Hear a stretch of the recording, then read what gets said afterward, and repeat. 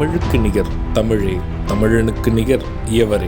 2 அடியில் நம்மால் எதுவும் செய்ய இயலாது என்று எண்ணும் மனிதனிடத்தில் 2 அடி குரலில் எதையும் நம்மால் செய்ய முடியும் என நம்பிக்கையை ஊக்குவித்தது திருக்குறள். வணக்கம் ஐயா.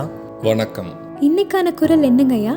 இன்னைக்கான குறள் அதிகாரம் 122 கனவு நிலை உரைத்தல்.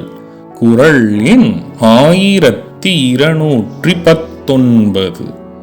நனவினான் நல்காரை நோவர் கனவினான் காதலர் காணாதவர். இந்த குறளுக்கான பொருள் என்னங்கய்யா? இதற்கான பொருள், நேரில் வந்து இன்பம் தராத காதலரை கனவிலும் காணாத பெண்கள் அவர் கனவில் வாராத காரணத்தை எண்ணி வருந்துவர். நேரில்தான் இல்லை, கனவில் கூட காதல் இன்பம் தரவில்லை என்றெல்லாம் வருத்தம்தானே. இதுக்கு ஒரு சின்ன உதாரணம் சொல்றீங்களா?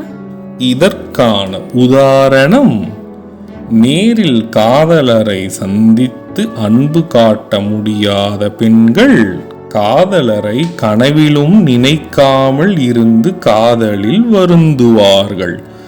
ஆனால் நேரில்தான் காதலரை சந்திக்க முடியவில்லையே, கனவிலாவது அவரை நினைத்து அன்பு காட்டுவோம் என நினைக்க மாட்டார்கள். நான் சொன்ன குறளும் அதோட விளக்கமும் உங்களுக்கு பயனுள்ளதா இருந்ததா? ரொம்பவே பயனுள்ளதா இருந்தது. சரி பசங்களா, நாளைக்கும் இதே மாதிரி சுவாரஸ்யமான குறளை பார்ப்போம். நாளைக்கும் இதே மாதிரி இன்னொரு குறள் பத்தி தெரிஞ்சுக்க ஆர்வமாவும் இருக்கும்.